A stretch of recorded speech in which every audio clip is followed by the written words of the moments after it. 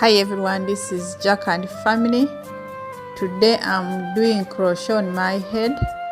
I'm using Brazilian Baton Curl.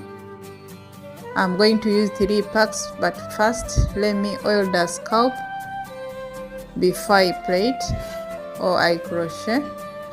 I have 10 cornrows running from front to back.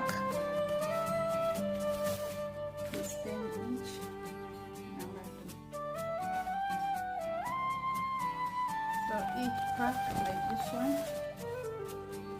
has 4. Therefore, I'm going to divide each piece like this one. I'm going to divide into 8 of them. This one I divide into 8 pieces. Divide into half, like this. Then half into half, like this. Then like this.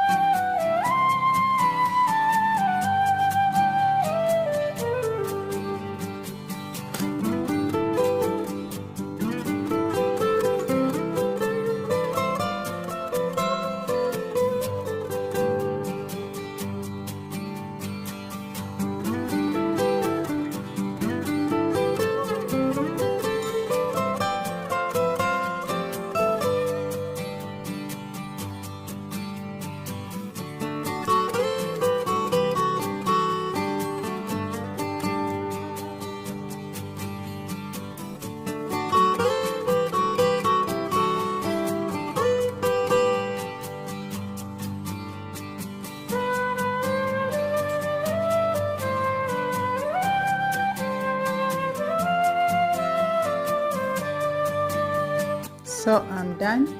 It did not take a long time because I'd already done the corners the previous day, so I was just installing the hair. It did not take a long time. Thank you for watching. If you have any question about this video, you can drop it under comment section. I'll be able to answer it. If you have not subscribed to our channel, kindly subscribe to our channel for more videos. Bye bye.